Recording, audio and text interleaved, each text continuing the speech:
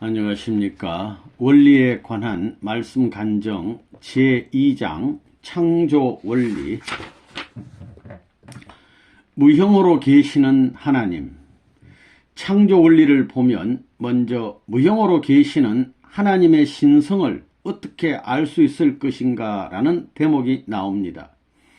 아버님은 하나님에 대해 연구하시면서 왜 하나님은 형체가 없으신가 하며 많이 생각하셨답니다. 영계에 가도 하나님의 모습은 안 보인답니다. 왜 그럴까요? 아버님이 두 가지 이유를 가르쳐 주셨습니다. 천성경에 제일 먼저 참 하나님에 대한 말씀이 나오는데 거기에도 자세히 나옵니다. 첫째로 하나님이 어떤 형체를 갖고 계시다면 하나님 쟁탈전이 벌어져서 못 사신답니다. 세계 사람들이 하나님 나에게 오세요. 아니야 내 하나님이야 하면서 모두 하나님 빼앗기 싸움을 하면 어떻게 되겠습니까? 그야말로 세계대전보다 더 무서운 싸움이 계속된답니다. 안 그렇겠습니까? 그래서 하나님은 안 보이시는 게 좋습니다. 사실 하나님이 지으신 인간과 만물은 당신의 모습을 전개 놓으신 것입니다. 그렇기 때문에 하나님이 안 계신 곳이 없습니다. 그런데 하나님이 보이는 하나님으로 계신다면 큰일이 나는 것입니다. 두 번째로 만약에 하나님께서 인간과 같이 보이는 몸으로 계시다면 크기가 문제가 된답니다. 높은 산, 깊은 바다, 삼라만상이 전부 하나님의 모습인데 하나님의 크기가 얼마나 커지겠습니까? 대구에 서울, 부산, 대구 할 때 대구에 영계를 통하는 할머니들이 있었습니다. 지금은 다 영계에 가셨는데 그분들이 살아 계실 때 그분들의 간증을 들었는데 참 재미있었습니다. 하나님이요, 하나님의 목소리는 사람의 목소리인데 어찌하여 모습은 안 보입니까? 그러면 하나님도 경상도 사람들에게는 경상도 사투리로 나는 채가 없다 그러시더랍니다. 아니라요 보여주이소.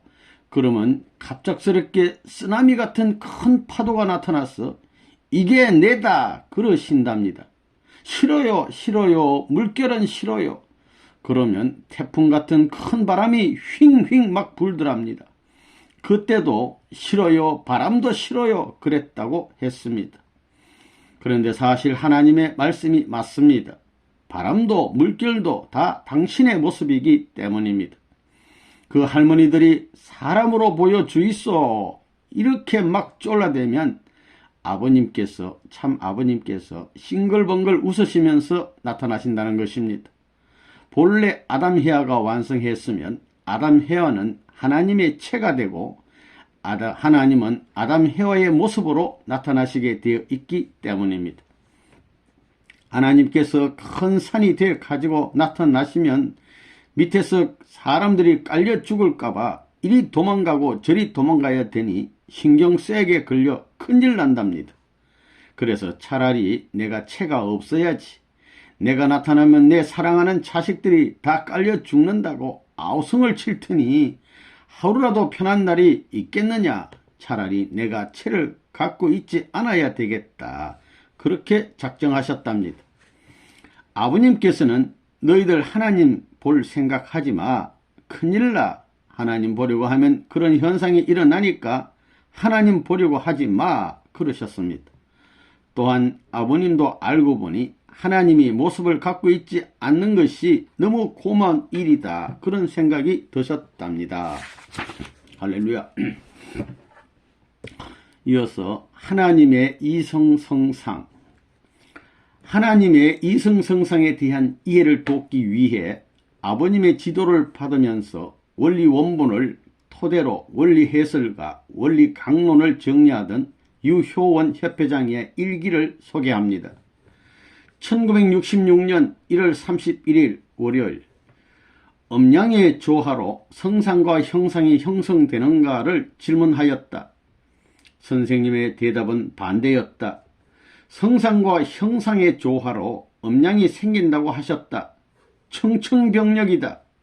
모든 것이 음양의 조화로 된다는 종래의 설이 뒤집어졌다. 이것은 결과의 세계에서는 그렇게 보이나 하나님에게 있어서는 불연이라고 그렇지 않다고, 하나님에게 음양이 이미 되어 있으면 창조가 없는 것이라고 하셨다. 하나님은 성상과 형상의 조화로서 양적 존재로 계시기 때문에 음적 세계의 창조가 필요하게 되었다고 하셨다. 하나님께는 본성상과 본형상이 있고 그것이 남성과 여성의 관계를 가지고 있기 때문에 이성성상의 조화로 피조물이 생겨날 때 양성과 음성, 형상이 생겼다고 표현해도 되느냐는 질문에 동의하셔서 본의를 본래 뜻을 알게 되었다.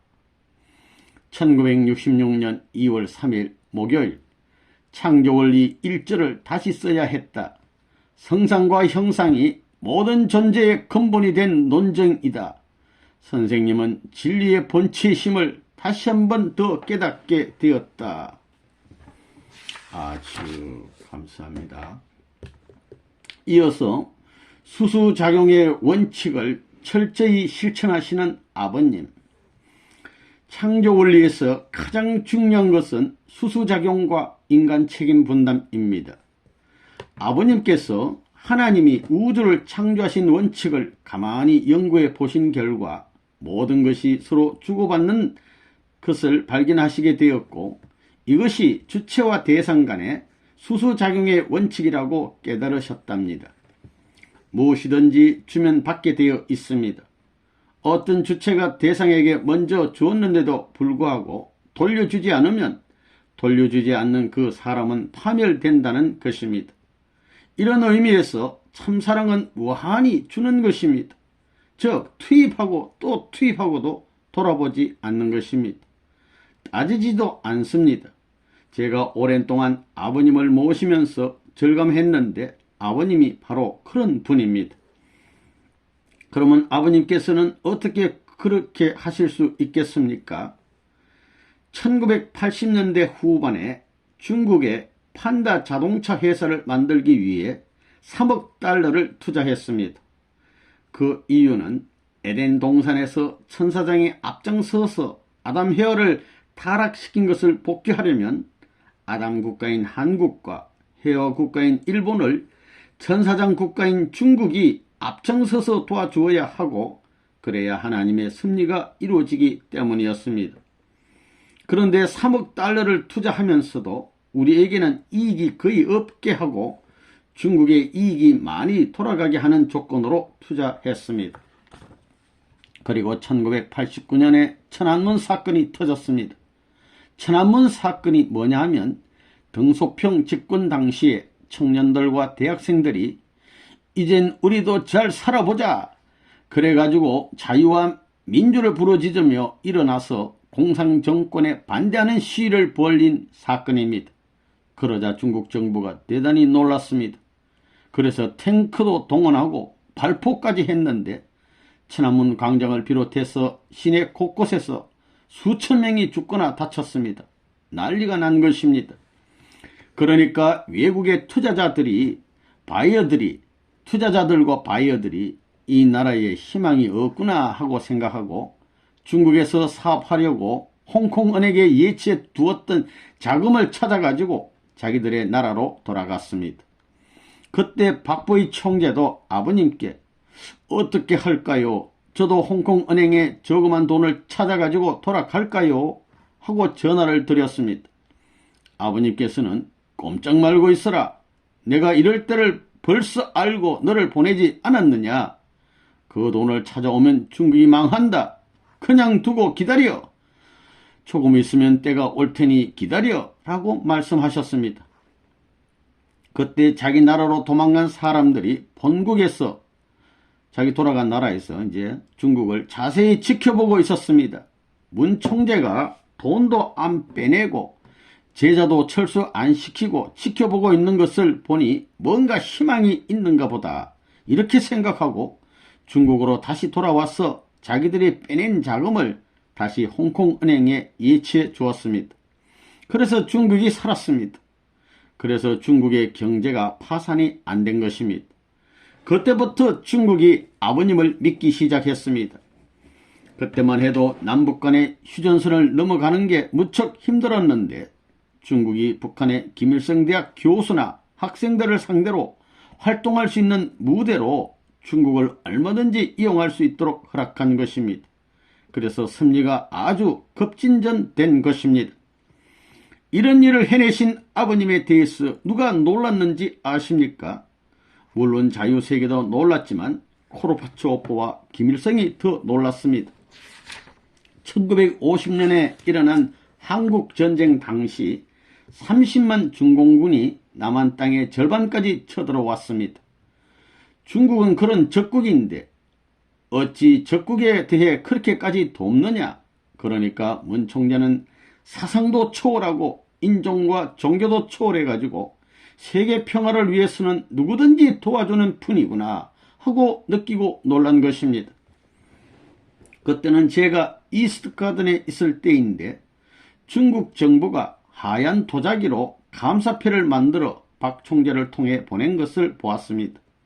거기에 주먹만한 붉은 글씨로 뭐라고 쓰느냐 하면 세계 화평 지도자 문선명사라고 썼습니다.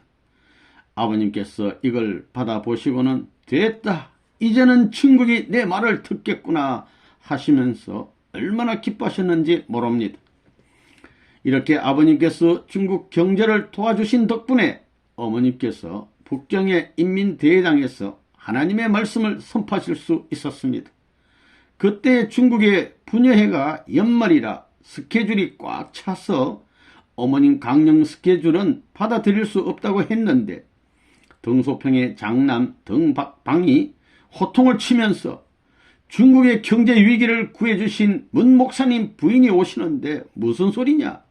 당신네들 스케줄을 취소하는 일이 있더라도 모셔야 된다고 하는 바람에 꼼짝 못하고 어머님을 인민대회당에 모셨습니다. 그래서 제가 여성연합 부회장을 할 때인 1992년 겨울 크리스마스 직전에 어머님을 모시고 최원복 회장님과 여성연합 간부들이 중국으로 아버님 말씀 선포대회에 갈 수 있었던 것입니다. 그때만 해도 중국이 전기도 어둡고 가난했었습니다. 여자 장관이 마중을 나왔었는데 그 여자 장관은 수수한 스웨터와 바지를 입고 나왔습니다. 그런데도 대우만큼은 잘 하려고 낡은 카펫이라도 깔고 최고로 어머님을 모시려고 하는 것을 노력하는 것을 보았습니다. 그런데 비행장에 내려보니 그들이 열지어 서서 환영하는 등 어머님을 얼마나 잘 모시려 하는지 마음이 놓였습니다. 다음날 등소평의 장남이 정신 초대를 했습니다. 최고의 국빈을 대우하는 영빈관 조대에 어머님을 초청해 놓고는 뭐라고 하느냐 하면 부인께서 잘 오셨습니다. 저는 부인의 부군 되시는 문수명 선생님을 존경합니다. 그분에게는 세계 평화를 위해서는 원수가 없다는 걸 알았습니다. 그래서 저는 제 인생의 교훈으로 삼기 위해 날마다 문선명 선생의 말씀을 읽고 있습니다라고 했습니다. 어머님께서도 크게 감동하셔서 눈물을 글썽이면서 고맙습니다. 아직도 많은 사람들이 반대하고 있고 이해하지 못하고 있는데 그렇게 제 남편이 하는 일을 이해해 주시니 참 고맙습니다 라고 말씀하셨습니다. 오랫동안 헤어졌던 모자가 만나 정담을 나누는 듯 두 분이 말씀을 나누시는 장면을 보면서 나는 아버님이 이 판다 자동차 회사를 위한 투자로 원수나라를 사랑한 효과가 이렇게 크구나 하고 느꼈습니다. 그래서 13억의 인구가 국영방송을 통해서 어머님의 훈동 말씀을 듣게 되었습니다. 아버님께서는 항상 말씀하시듯이 수수장용이라는 것은 먼저 무한히 주면 그 효과는 엄청난 이자와 함께 돌아오는 것입니다. 이 판다 자동차에 통일산업에서 기술을 투입했고 일본 식구들을 비롯하여 우리 식구들이 정성껏 헌금한 돈을 아낌없이 투입했습니다. 아버님은 장사에서 남기는 이익보다 더 큰 실적을 거두셨습니다. 하나님의 참 사랑이 바로 그런 것입니다. 100% 이상 완전 투입하시고도 더 투입하고 싶어 하시는 하나님의 심정은 여기에 근본을 두고 계십니다. 아버님께서는 그러한 위대한 원칙을 아셨습니다. 아버님은 내가 뜻을 중심 삼고 공의롭게 투입한 것은 몇백 배, 몇천 배로 불어나서 더 큰 성과로 나타나기 때문에 계속 투입한다고 하셨습니다.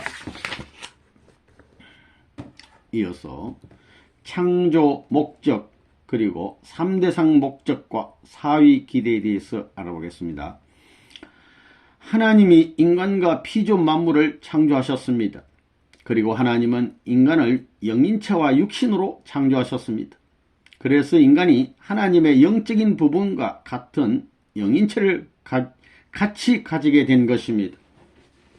하나님이 인간의 육신은 흙으로 지으셨기 때문에 하나님이 지으신 만물을 육신을 가지고 주관할 수 있습니다. 육신이 있어서 만물과 인연을 맺을 수 있는 것입니다.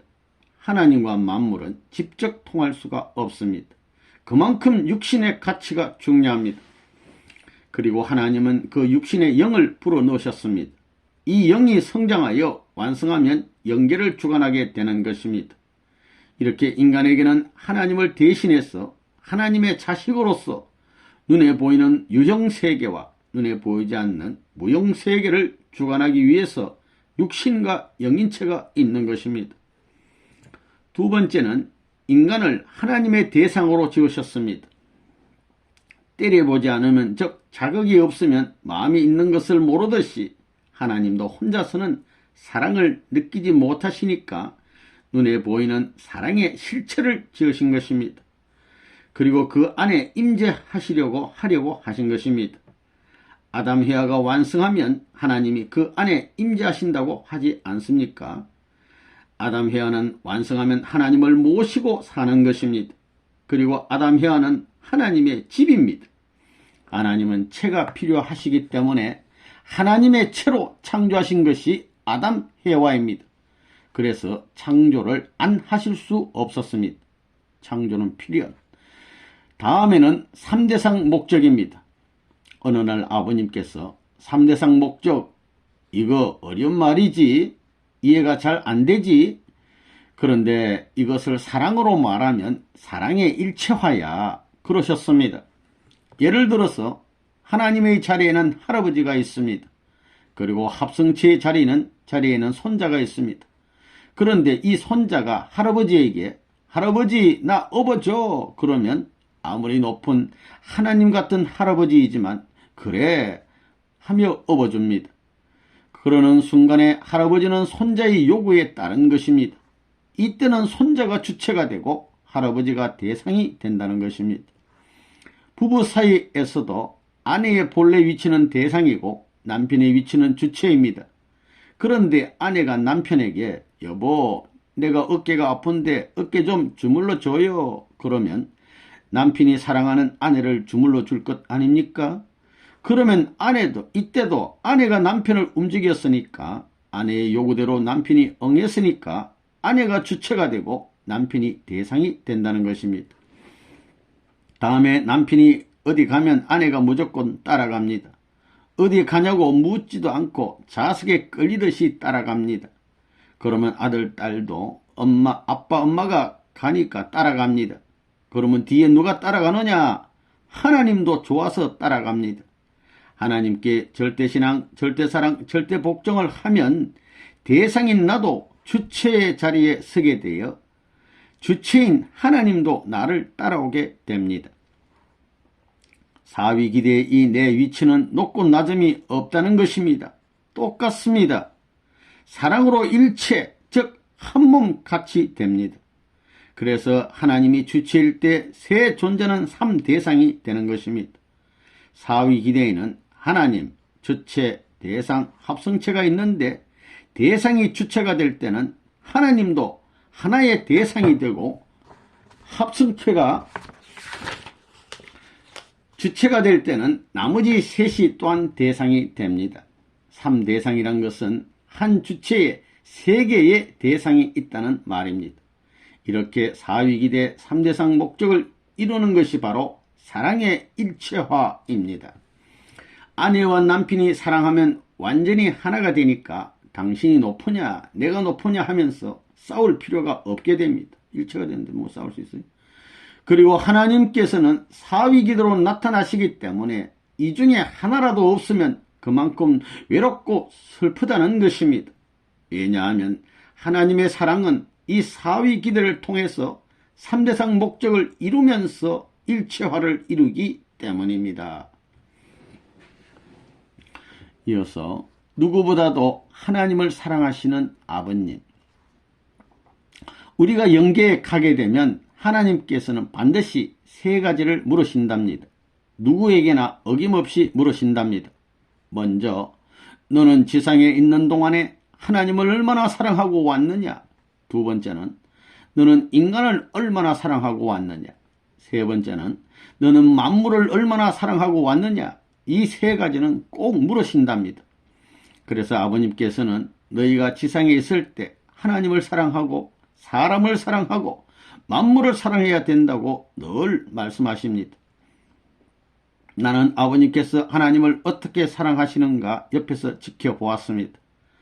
내가 아버님께서 하나님을 사랑하시는 것을 전부 다 알 수는 없겠지만 옆에서 모시고 살면서 지켜본 몇 가지를 말씀드리겠습니다. 가끔 아버님은 나는 하나님께 미쳤다. 원리에 미쳤다. 나는 하나님이 원하시는 것, 원리가 원하는 것 외에는 절대로 하는 것이 없다고 하십니다. 미쳤다는 상태는 뭡니까? 그것은 자기 의식이 없다는 말입니다. 아버님은 하나님의 뜻이 어디 있나? 하나님께서는 무엇을 바라시나? 그저 그것만 일구월심. 일구월심이라는 것은 세월의 흐름에 따라 기다림이나 바라는 마음이 더 간절해짐. 이것이 일구월심인데 일구월심으로 생각하고 계시는 분입니다. 하나님의 뜻만 일구월심 생각하고 계시는 분. 아버님께서 가만히 앉아 계실 때는 아무것도 없는 분 같습니다. 아무도 가진 것이 없고 아무것도 모르시는 것 같은 무념 상태로 계시는 것 같았습니다. 어떤 때는 조그마한 목소리로 콧노래를 부르기도 하면서 무언가를 기다리는 사람 같으실 때도 있습니다. 당신 자신이 전혀 없는 상태에서 하늘거리는 안테나같이 하나님의 뜻을 언제라도 잡으시려고 하시면서 항상 마음을 비워두시는 것을 가끔 뵙게 됩니다. 그러시다가도 한번 무엇을 시작하셨다 하면 벼락같이 서두르십니다. 그래서 미국 식구들이 저에게 묻습니다. 아버님은 한마디로 말하면 어떤 분이라고 할 수 있습니까? 이것은 참으로 대답하기 어려운 질문입니다. 그러나 내가 대답했습니다. He has nothing and everything. 즉 그분은 아무것도 갖고 있지 않은 분이고 동시에 모든 것을 갖고 있는 분이다. 이렇게밖에 나는 대답을 못하겠습니다. 그리고 아버님은 마치 사탄으로부터 하나님 앞으로 많은 사람들을 건너오게 하는 다리와 같습니다. 다리는 이쪽과 저쪽을 연결시켜 주는 것입니다. 그런데 다리에 무엇이 놓여 있으면 그것이 장애물이 돼서 사람이나 자동차가 지나가다가 걸릴 수밖에 없게 됩니다. 그러므로 다리에는 아무것도 없어야 합니다. 아버님이 그런 분입니다. 또한 아버님은 높은 산을 편하게 통과해주는 터널과 같은 분입니다. 터널이 완전히 비어 있으면 자동차가 편하게 통과합니다. 그러니까 아버님은 이 다리와 터널같이 이쪽 인간에서 저쪽 하나님으로 편하게 이어주는 중보자 역할을 하신다는 것입니다. 그러면서 당신의 의식 속에는 당신 자신이 하나도 없는 분입니다. 항상 아버님께서 말씀하시기를 책임진 자리나 높은 자리에 올라갈수록 어떤 마음의 자세를 가져야 되는가 하면 어머니 자궁 속에 들어있는 태아와 같아야 된답니다. 태아. 어머니 자궁 속에 들어있는 아기는 자유가 없습니다. 아기는 먹는 것도 엄마로부터 탯줄을 통해서 얻어먹고 엄마가 누우면 같이 누워야 하고 엄마가 일어나면 같이 일어나야 되고 엄마가 가면 같이 따라가야 하는 그야말로 완전히 자유가 없는 상태랍니다. 그러므로 우리가 서 있는 크고 작은 모든 위치는 자기의 것이 아닙니다. 자기의 것이 아니고 아버님, 어머님의 것입니다. 그러므로 여러분은 아버님, 어머님의 것을 내가 대신 지켜드린다는 자리에 서야 됩니다. 여러분이 앞으로 목회자가 되고 교역장, 교구장, 협회장이 될 것입니다. 또는 무슨 기관, 기업체의 장이 됩니다. 즉 높은 자리에 올라갈수록 이 자리는 하늘이 나에게 책임을 주시고 잘 돌보라고 주신 자리이지 내 자리가 아니라고 생각해야 합니다. 그리고 지도자는 늘 기도해야 하고 솔선수범해서 열심히 말씀을 훈독해야 하고 식구들을 위하여 살아야 합니다. 이것만 잘 지켜나가면 어떤 책임을 맡아도 잘할 수 있답니다. 그렇게 되면 마음이 비워져서 아버지께서 저를 여기에 세워 놓으셨는데 제가 무엇 하기를 원하십니까? 제가 어떻게 해야 될까요? 하면서 끊임없이 하나님께 여쭤보게 된답니다. 우리는 그러한 마음 자세를 가져야 되고 지도자들이 그러한 마음 자세를 갖는 것이 중요합니다. 그러면 하늘이 언제나 영감을 주시고 지혜를 주신답니다. 한 번은 아버님께서 이런 말씀을 하셨습니다. 이야, 너는 좋겠다. 그래서 내가 왜 좋아요 하고 아버님, 왜 좋아요 아버님 하고 여쭈었습니다. 너는 순회 가고 싶으면 마음대로 스케줄을 짜서 다닐 수 있는 자유가 있어서 좋겠다. 나는 자유가 없다. 그러셨습니다. 우리가 보기에는 아버님이 가장 자유로우실 것 같은데 사실은 가장 자유가 없으십니다. 왜 그렇게 자유가 없으시냐 하면 늘 하나님의 뜻을 바라보고 계시고 하나님의 뜻과 하나 되기 위해서 노력하고 계시기 때문입니다.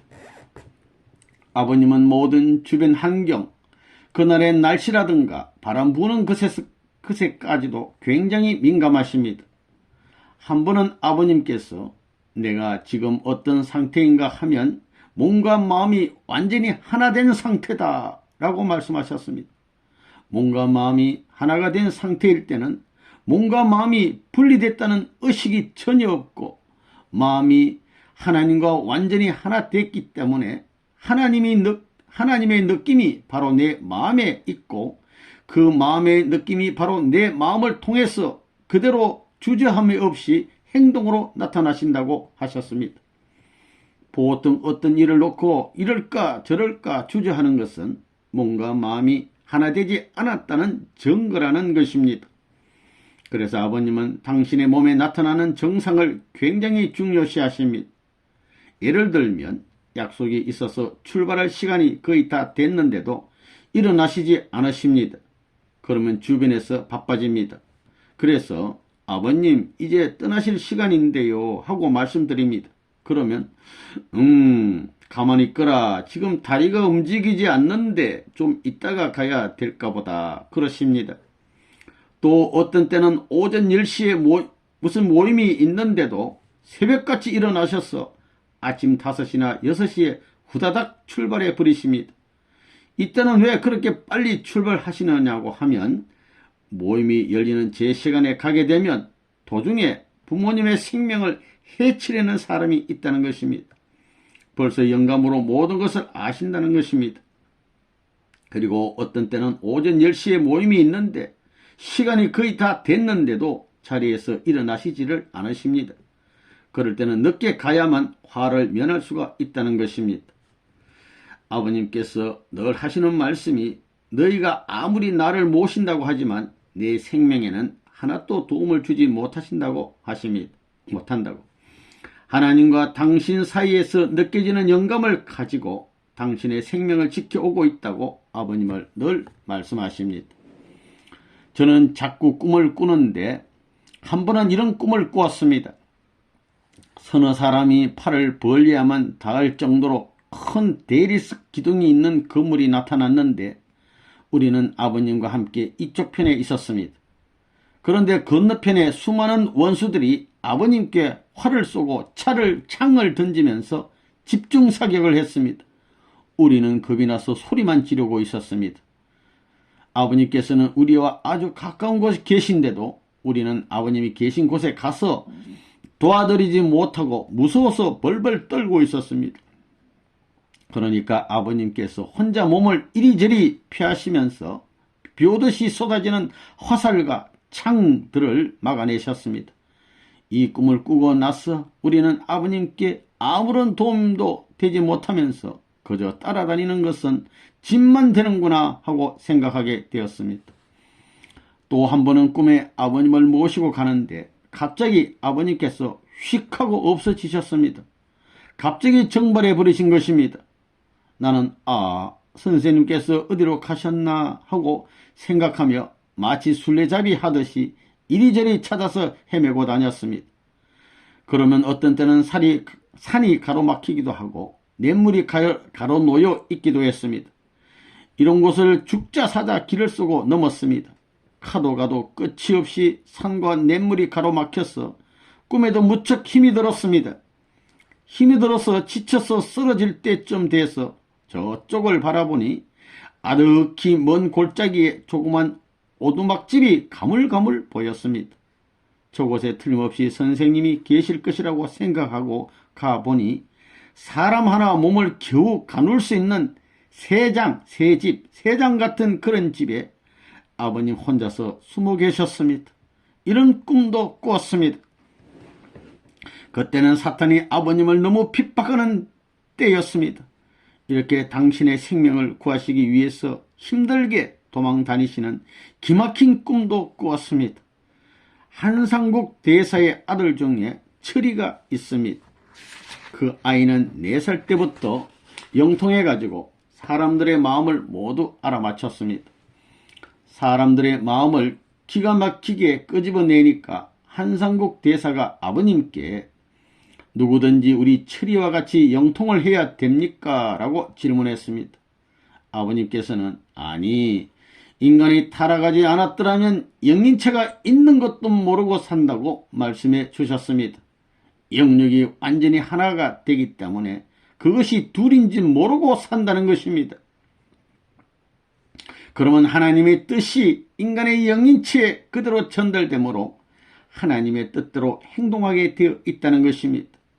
그런데 영적인 현상이라든가 여러가지 일이 벌어지는 것은 마치 고장난 기계를 두들겨 맞추는 것과 같다는 것입니다. 아버님께서는 그것은 인간이 하나님 편으로 복귀되어 가는 하나의 과정적인 현상이라고 말씀하셨습니다. 이런 것을 두고 볼 때 아버님은 언제든지 하나님의 뜻을 따르기 위해 항상 하나님 앞에 대기 상태에 있는 분입니다. 즉 아버님은 자기라는 것이 전혀 없는 그러한 상태에 계신 분이라는 것을 알게 되었습니다. 하나님도 한 분이요 참 부모님도 한 분인 이런 것을 알 수가 있습니다. 사람은 사랑의 대상이자 스승, 그 다음에 지상에서 사람을 얼마나 사랑하고 왔느냐 하는 문제를 두고 하나님께서 물으신답니다. 아버님께서는 사람을 어떻게 대하시느냐 기본 자세를 2가지로 해서 대하신다고 말씀하셨습니다. 첫 번째는 아버님 앞에 나타나는 사람은 어린 아이에서부터 노인에 이르기까지 잘났으나 몰랐으나 상관없이 하나님께서 보내주시는 사람이다 라고 생각하신답니다. 그러므로 나는 이 사람에게 최선을 다해야 되겠다. 이 사람을 어떻게 하면 행복하고 기쁘게 해줄까 하고 생각하신답니다. 그렇게 생각하다 보면 저절로 그 방법을 알게 되고 잘 해줄 수 있게 된답니다. 우리가 하나님은 전지전능하신 분이다. 모든 것을 알고 할 수 있는 분이다 라고 하는데 이런 전지전능이라는 개념은 사랑으로 밖에는 파악할 수가 없답니다. 하나님이 바로 그런 분이시랍니다. 우리 인간이 내 자식을 어떻게 하면 가장 기쁘게 해줄까 하는 생각을 하면 저절로 그 방법이 알아지는 것과 같답니다. 어떻게 해야 하는지 따로 공부할 필요가 없답니다. 그 사람에게 어떻게 해줄까 하고 골똘히 생각하면 저절로 알아진답니다. 그리고 그와 함께 능력도 생긴답니다. 우리 자신이 전지전능하려면 이런 참사랑의 주인이 되어야 합니다. 다음에 두 번째로 아버님께서는 내가 이 사람으로부터 무엇인가 배울 것이 있을 것이라고 생각하신답니다. 그 사람은 하나님이 나에게 무언가 배우라고 보내셨으므로 뭐 한 가지라도 배우려고 하는 아주 겸손한 마음으로 대하면서 나에게 없는 무엇이 있나 하고 생각하면 반드시 배울 것이 있답니다. 왜냐하면 인간은 누구나 하나님의 12성상 가운데에서 각각 다른 한 가지를 받아 태어났기 때문이랍니다. 그래서 그 사람을 스승으로 모시게 되면 아버님의 마음이 그렇게 기쁘시답니다. 그래서 언제나 학교에 처음 들어간 신입생같이 새로운 것을 배운다는 자극 속에서 매 시간 매 순간 하루하루를 지루함이 없이 싱싱하게 살아갈 수 있답니다. 그러므로 누구라도 배우려고 하는 마음, 잘해주고자 하는 마음이 있으면 그 사람은 더없이 행복한 사람이랍니다.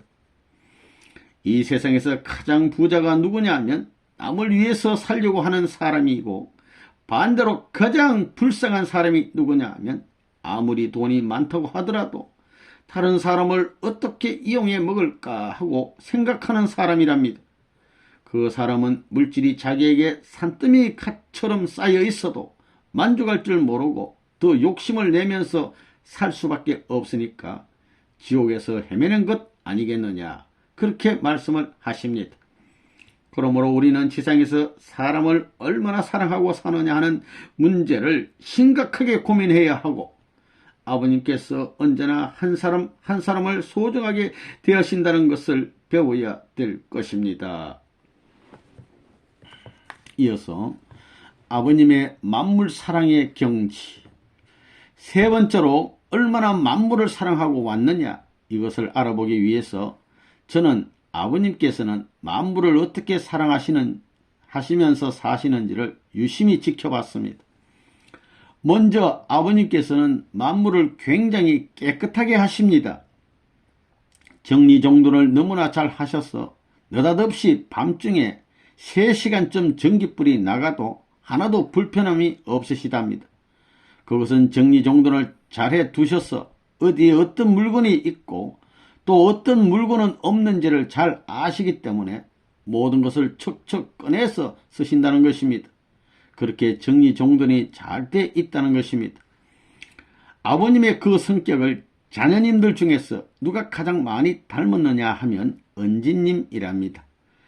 아버님께서 시간이 없으시니까 애기님들 방을 자주 들여다보지 못하시고 아침이나 저녁에 가끔 들여다보시는데, 은지님은 언제나 침대를 깨끗하게 정리해 놓고는 바닥에 주무신다는 것입니다. 그래서 아버님께서 은진아, 왜 침대 위에서 자지 않고 바닥에서 자느냐고 물으시면 은지님은 내가 깨끗하게 정리해 놓은 침대가 구겨질까봐 그 위에서 못 자겠어요, 그러신답니다. 아버님께서 그 말을 들으시고는 어쩌면 너는 나를 그렇게도 닮았느냐고 하셨답니다. 그렇게 아버님께서는 정리정돈을 잘하시고 물건을 얼마나 아끼시는지 모릅니다. 언젠가 한 번은 식구들과 함께 식사를 하신 후에 새파란 멜론을 쟁반 위에 올려놓고 반달같이 8등분해서 포를 뜨듯이 칼로 자국을 내어 포크로 찍어 먹는데, 그 중에 한쪽을 아버님께서 다 잡수신 다음에 영락없이 시골 할아버지같이 숟가락으로 속껍질을 벅벅 긁어서 잡수셨습니다. 그 모습을 보시고 곁에 계시던 어머님께서 아버지, 하나 더 갖다 드릴까요? 하고 말씀드렸습니다. 아버님께서는 아니, 아까운 것이 그대로 쓰레기통에 버려질까봐 긁어먹는 거야 라고 하셨습니다. 그리고 어머니께서 유행을 따라 컵 같은 것도 크리스탈 제품으로 갈아드리려고 백화점에서 새 것으로 사 오시면 대단히 아쉬워하시면서 내가 사용하던 컵이 어디에 갔느냐고 찾으십니다. 아직까지 멀쩡한데 왜 바꾸느냐는 것입니다. 내가 그 컵으로 물 한 잔을 마시면서 느낀 나의 아름다운 추억이 얼마나 담겨 있는지 아느냐고 하십니다. 물 한 잔을 마시면서도 하나님과 뜻을 생각하시고 누구를 그리워하신 것들이 그 컵을 볼 때마다 생각나는 기억들이 겹겹이 쌓여 있는데 그것을 치워버리면 그 내용들까지 없어진다는 것입니다. 스웨터 같은 것도 오랫동안 입으셨는데도 벗지를 않으십니다. 스웨터에도 수많은 기억들이 담겨 있답니다. 크리스마스 때나 스웨터나 넥타이 등이 생기면 새 것은 잠깐 입으셨다가 전부 식구들에게 나눠주십니다. 반면에 아버님께서는 그동안 입으시던 것을 계속 입으시면서 그 옷과 대화도 하시고 그 누군가를 생각하고 뜻을 생각하신다는 것입니다. 아버님 주변에 있는 물건들은 모두 살아있습니다. 아버님 대화의 대상이 됩니다. 그토록 만물을 자기의 몸과 같이 여기십니다. 예를 들면 비행기로 해외에 나가실 때도 화장실에 가셔서 비행기 화장실 그곳을 깨끗하게 닦아 놓으신답니다. 그러면 비행기가 기분이 좋아서 춤을 추면서 난다고 하십니다. 그것을 몸으로 마음으로 느끼신답니다. 비행기가 나쁜 사람이 어느 자리에 앉아 있다는 것을 가르쳐 준다는 것입니다. 그리고 누구의 집에 가면 주인집의 천장이나 커튼 등을 보고 당장 그 집의 분위기를 아시고 주인의 성격이 어떤가를 아신다는 것입니다. 왜냐하면 만물이 반응을 한답니다. 집안에서 기르는 고양이나 강아지를 보고도 아실 수 있답니다. 주인이 성급한 성격이면 강아지도 깽깽거리고 주인의 성격이 느긋하면 애완동물도 느긋하다는 것입니다. 이와 같이 아버님께서는 만물들과 대화하십니다. 그리고 이렇게 만물을 진정으로 사랑하고 만물을 친구 삼아 사는 그것이 아담히아가 완성하면 만물의 주관주가 된다는 것과 같은 것이랍니다. 한 번은 메추리를 키우는 식구집에 아버님과 식구들이 같이 갔습니다. 그 식구는 메추리를 많이 키워서 유명했습니다. 수백 마리의 메추리가 새장에 들어있는데 아버님께서는 자세히 들여다보시면서 길자야, 메추리가 언제 제일 좋아할까? 하고 물으셨습니다. 내가 그거야 암놈 수놈이 사랑할 때 쟤와 제일 좋아하겠지요 하고 대답했습니다. 그런데 아버님께서는 아니야, 만물은 하나님께서 인간을 위해서 창조하셨기 때문에 인간이 사랑하는 마음으로 쳐다볼 때 제일 행복해 한단다 하고 말씀하셨습니다. 그러므로 만물을 얼마나 사랑하고 연계해 가느냐도 중요하답니다. 우리에게 아버님께서는 만물을 아끼라고 하십니다. 가끔 축복가정 2세들이 추나잡이 수련을 하면서 스케줄이 바쁘니까 화장지를 길게 확 뽑아가지고 사용하면 그것을 보시고 막 걱정을 하십니다. 너희가 이처럼 화장지를 함부로 쓰면 너희 자손들이 거지가 된다고 하십니다. 그 정도입니다. 그렇게 만물을 아껴야 만물이 기뻐서 인간을 따라온답니다. 그렇게 아시고 만물도 아껴 섭시다. 이 화장지뿐만 아니고 물이나 전기도 마찬가지 아니겠습니까? 더 귀한 시간도 그렇고 우리가 하는 말과 행동도 이거 아주 소중히 써야 된다는 것을 느끼게 됩니다. 아주 많이 회개하게 됩니다. 섭리의 때를 아시고 천운을 움직이시는 아버님. 다음에는 성장기간의 질서적 3단계에 대해 말씀드리겠습니다. 그림으로 알기 쉽게 설명해 보겠습니다. 원리강론 요약 차트, 훈독 차트 3시간용 32페이지 그림 참조. 왜 원리에서 아담 해와가 장성기 완성급에서 타락했다고 했느냐? 이것은 아버님이 마음대로 정한 것이 아닙니다. 성서에 딱 한 가지 근거가 있답니다. 바로 아브라함의 3제물입니다. 아브라함의 3제물은 천주의 모든 내용을 나타내는 것입니다. 원리강론 요약 훈독 차트 3시간용 138페이지 참조. 하나님께서는 아브라함에게 비둘기는 2마리를 바쳐라, 양도 2마리를 바쳐라, 그러나 암소는 1마리만 바쳐라고 하셨습니다. 왜 그러셨느냐 이겁니다. 그것은 소생기 장성기는 아담 해와가 횡적인 상대관계를 맺으며 성장한 기준이 있었지만 그 후 완성기는 아담 해와가 횡적인 상대 기준을 맺으며 성장한 기준이 없었기 때문입니다. 그래서 완성기를 상징하는 암소는 한 마리만 바치라고 하신 것입니다. 이렇게 아담 해와는 장성이 완성급에서 타락했다는 결론을 얻으셨는데 그 결과 이 소생기 장성기까지는 사탄이 침범할 수 있다는 것입니다. 그러나 완성기는 사탄이 침범을 못합니다. 이것은 실제 아버님이 승리하시는 때를 보아서도 알 수 있습니다. 아버님은 1967년에 일본에서 공산주의가 혁명 70년이 지나면 더 이상 올라가지 못한다고 말씀하셨습니다. 그때는 공산주의가 한창 세력을 확대하면서 뻗어나가는 때인데 갑자기 려몬문께서 이제 공산주의는 내려간다, 망한다고 예언하신 것입니다. 사람들은 문 총재가 똑똑한 줄 알았는데 이게 뭔가? 문 총재가 미쳤나? 공산주의가 이렇게 걷잡을 수 없이 나가는데 망하다니 하고 말했습니다. 소생 장성 완성을 100%로 잡는다면 각 단계는 33.3%고 아담 해와가 타락한 장성이 완성급까지는 66.7%, 약 70%입니다. 그래서 아버님은 공산주의는 볼시비키 혁명 이후 70년이 지나면 내려간다고 하신 것입니다. 이렇게 공산주의는 아버님이 말씀하신 그대로 망했습니다. 볼시비키 혁명 이후 60년이 지나면서 서서히 멸망의 징조가 나타나다가 70년이 지나면서부터 공산주의는 확연히 내리막길을 걸었습니다. 공산주의 세계의 꼭대기라 할 수 있는 고르바초프도 머리 숙이고 김일성도 머리 숙였습니다. 때가 됐기 때문입니다. 그래서 아버님은 나도 똑같은 사람이지만 여러분이 하지 못하는 일을 나는 한다고 말씀하셨습니다. 이것으로 미루어 보아서 아버님은 승리의 때를 아시는 것입니다. 그래서 지금은 어떤 때고 앞으로는 어떤 때가 온다고 예언하실 수 있는 것입니다. 때는 아무도 모릅니다. 아버님만이 아시는 것입니다. 이렇게 아버님은 예언을 하시고 준비하십니다. 아버님은 두 번째로 천운을 몰아오십니다. 천운을 몰아오신다는 것이 무엇인가?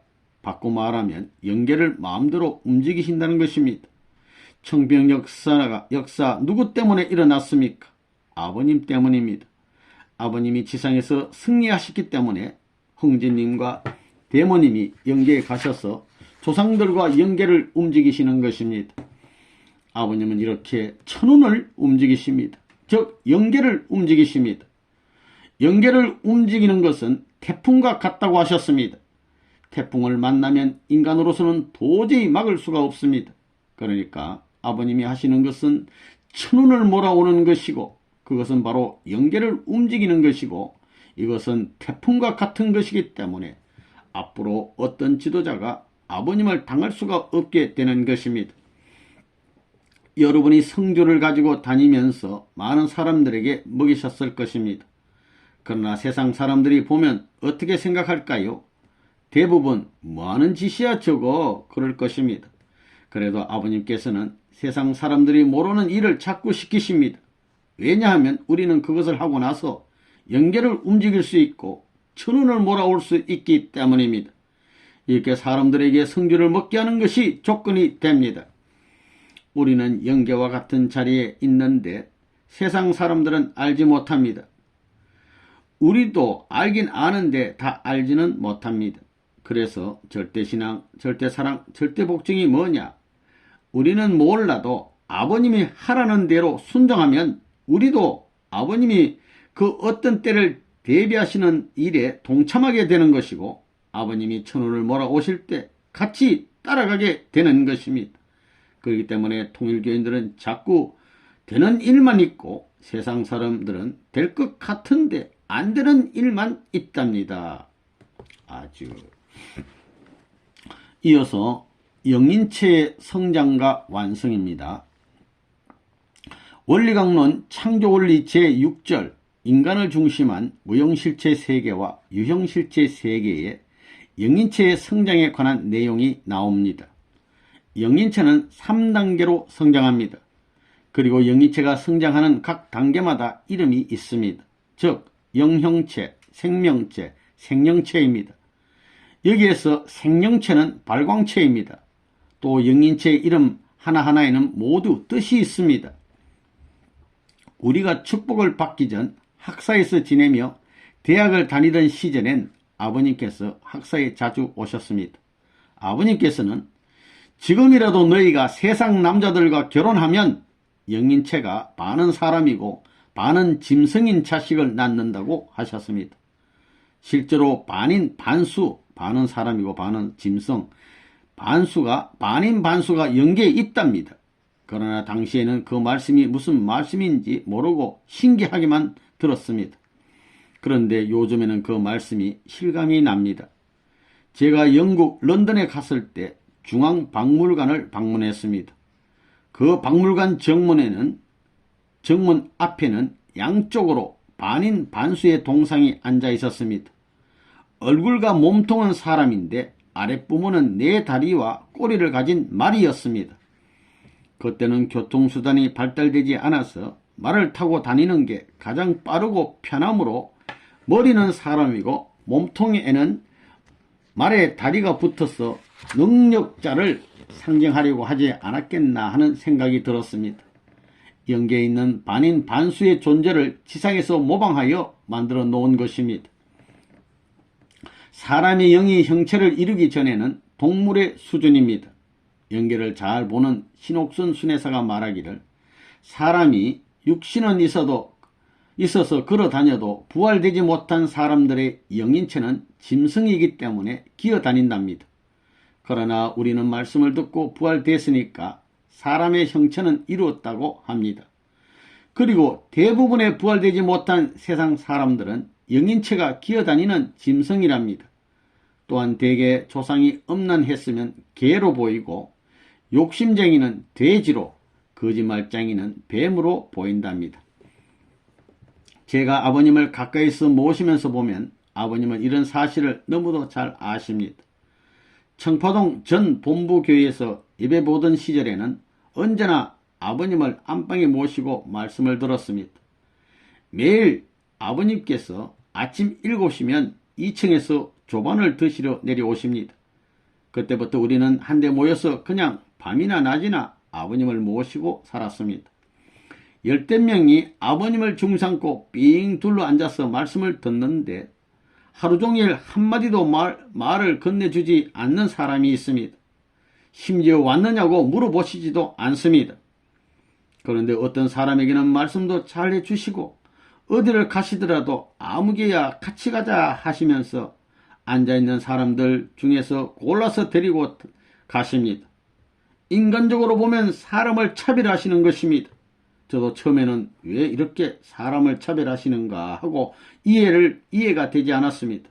한참 지난 뒤에 아버님께서는 내가 직접 주관하고 직접 사랑할 만한 입장에 있지 못한 사람들은 영인체의 형체가 사람의 모습을 제대로 갖추지 못했기 때문이다 라고 말씀하셨습니다. 저는 그 말씀을 듣고서야 그 이유를 알게 되었습니다. 예를 들어 어떤 사람의 영인체는 얼굴에서 눈 하나가 제자리에 있지 않고 그 눈이 땀 위로 내려와서 붙어 있다든가 아니면 코가 삐뚤어져 있거나 입이 돌아가 있다는 것입니다. 상상할 수 없을 정도로 험상궂은 얼굴 모습의 영인체를 갖고 있는 사람도 있다는 것입니다. 그럴 때는 아버님께서 가만히 두어야지 만약 영인체가 잘못된 사람에게 말을 걸든지 간섭하시게 되면 제자리에 붙어 있지 않은 눈과 입과 코가 영원히 제자리로 못 돌아간다는 것입니다. 아버님께서 말을 붙이지 않는 것은 그를 사랑하시기 때문입니다. 그런 사람들은 본인들 스스로가 남에게 해주시는 말씀을 듣고 깨달아 회개하고 자꾸 부활이 되어 영인체의 모습이 제자리로 돌아갈 때까지 가만히 놔두는 것이 아버님께서 그 사람을 최고로 사랑하는 것이랍니다. 어떤 농부가 씨를 뿌려서 싹이 났는데 그것이 저절로 커야지 어리석게 빨리 자라라고 위에서 잡아당기면 죽어버립니다.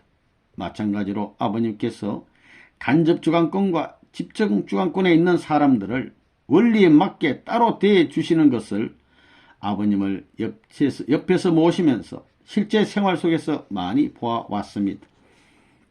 그런 뒤에 소생급이 되면 비로소 영이 형체를 이루게 됩니다. 저는 영인체라는 말이 얼마나 신기한지 모르겠습니다.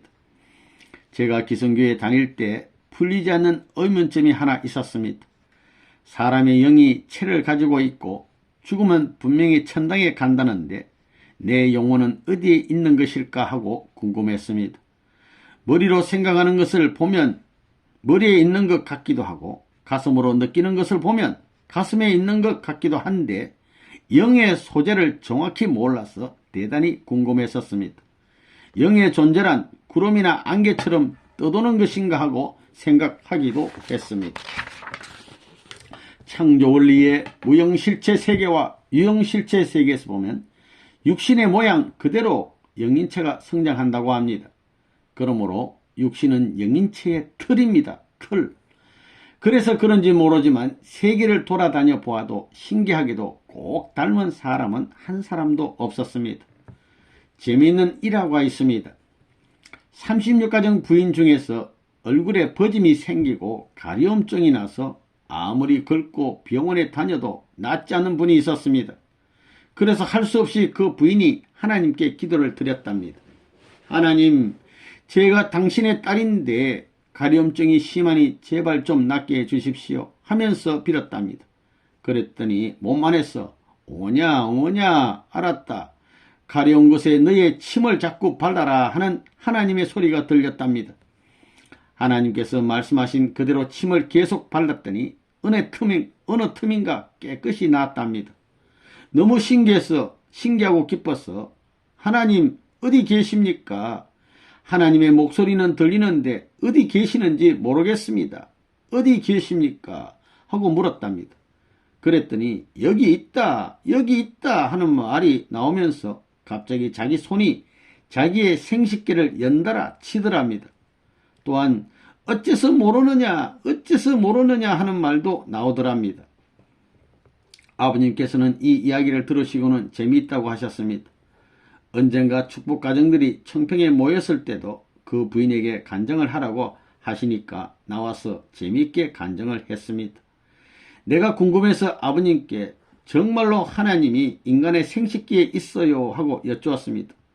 아버님께서는 하나님께서 인간을 만들 때 남자와 여자의 생식기를 만드는데 가장 시간을 많이 들여서 정성을 들이셨지 그러셨습니다. 이렇게 인간에게 생식기가 가장 중요한 것입니다. 아버님께서 참으로 귀한 말씀을 하셨습니다. 나도 육신을 쓰고 있고 너희도 육신을 쓰고 있는데 내가 살아생전에 너희들을 만나면 몇만 명이나 가까이 만나겠느냐고 하셨습니다. 사실 초창기 청파동의 안방에서 아버님을 모실 때는 문지기가 없었습니다. 문지킨 사람. 누구든지 방에 들어 앉으면 뵐 수 있었습니다. 지금은 한남동 공간에 허락 없이는 함부로 들어가지 못합니다. 그렇게 문턱이 높아지고 말았습니다. 아버님께서는 모든 식구들을 만나자니 너무 바쁘고 할 수 없이 한남동에 오는 식구들을 제안했는데 그렇게 된 것에 대해서 몹시 안타까워하십니다. 그러나 우리가 영계에 가면 사정이 다르다는 것입니다. 아버님께서 말씀하시기를 영계에 갈 때는 나도 빛을 발하는 생명체가 되어 영계에 가고 너희도 지상에서 얼마만큼 하나님을 사랑하고 인간을 사랑하고 만물을 사랑하면서 정성을 들였느냐에 따라서 그만큼의 빛을 발하는 영인체가 되어 영계에 간다고 하십니다. 그래서 정성을 많이 들인 사람은 자기 자신의 영인체의 빛이 밝아진답니다. 그것은 속일 수 없는 하나의 영원한 진리입니다. 이처럼 육신을 벗고 가는데 도수가 강하면 금방 눈에 띈답니다. 마치 밤에 남산이나 높은 곳에서 내렸다 보면 밝은 네온 사인이 보이는데 어두운 것보다 유난히 밝은 것이 얼른 눈에 띄는 것과 같습니다. 이처럼 영계에는 수많은 영인체가 육신을 벗고 올라오는데 아버님께서 보실 때 가장 밝은 영인체가 먼저 눈에 띈답니다. 아버님께서 말씀하시기를 그런 사람이 지상에서 영계로 갈 때 자식이 아버지를 찾아가기 전에 아버지가 먼저 찾아와서 그 자식을 대력한다고 하셨습니다. 사랑하는 아들아, 딸아, 내가 지상에서 너와 같이 가까이 지내지 못했는데 너는 하나님을 사랑하고 인간을 사랑하고 만물을 사랑하고 정성을 많이 들이고 왔구나. 이제는 영원히 나를 떠나지 말고 나와 같이 살자고 하시면서 데려가신답니다. 그러므로 하나님은 공평하시다는 것입니다. 비록 지상에서는 아버님을 가까이에서 모시고 살지 못했지만 영계에서는 같이 살 수가 있다는 것입니다.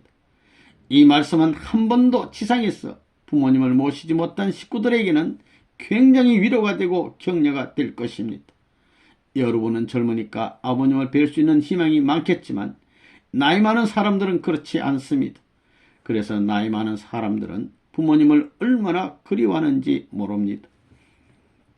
우리가 육신을 벗고 영계에 가면 아무리 시골의 이름 없는 사람이라도 하나님께 정성을 다하면 영인체의 빛이 밝아진다는 것입니다. 그래서 내가 영계에 갈 때 얼마만큼 밝은 빛을 가진 영인체를 가지고 가기 위해 준비했느냐 하는 것이 가장 중요합니다. 영인체의 완성은 개성완성, 인격완성, 곧 사랑완성이랍니다.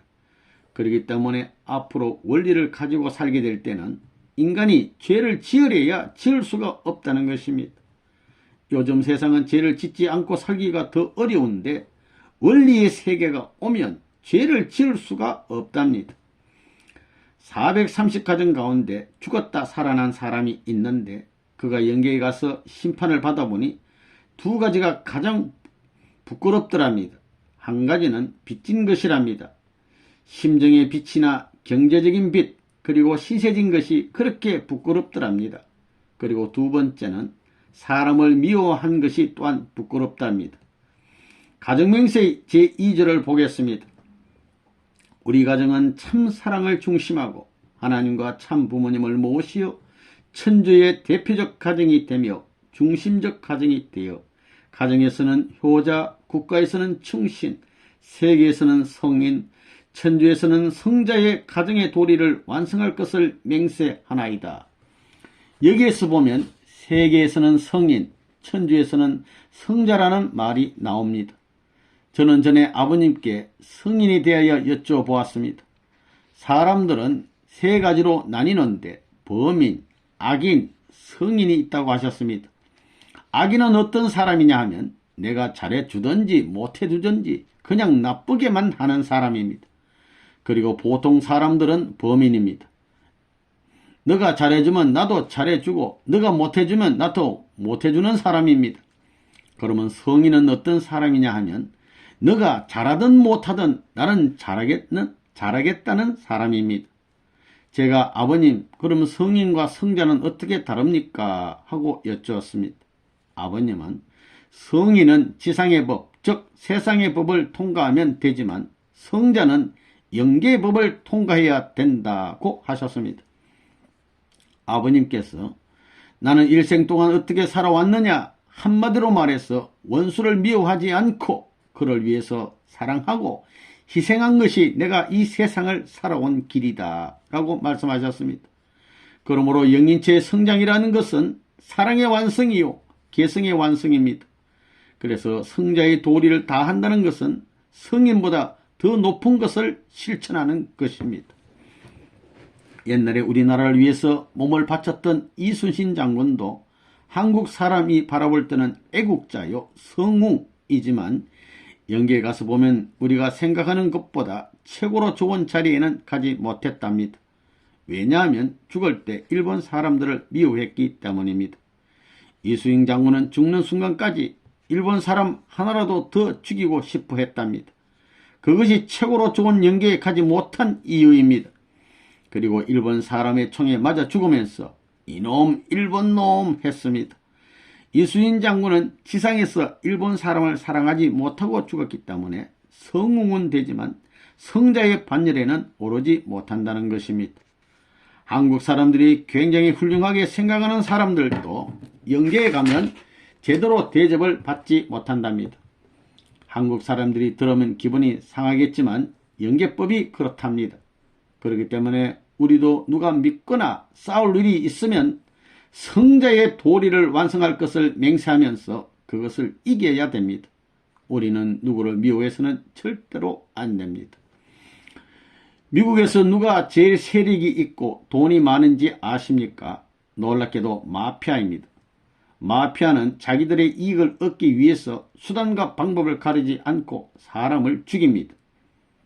그들은 자기들만의 지하 왕국을 이루고 있습니다.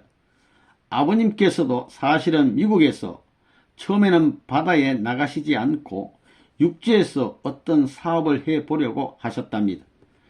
우리 교회는 조직이 있기 때문에 고철이나 폐자동차, 헌종이 같은 사업을 얼마든지 할 수 있기 때문입니다.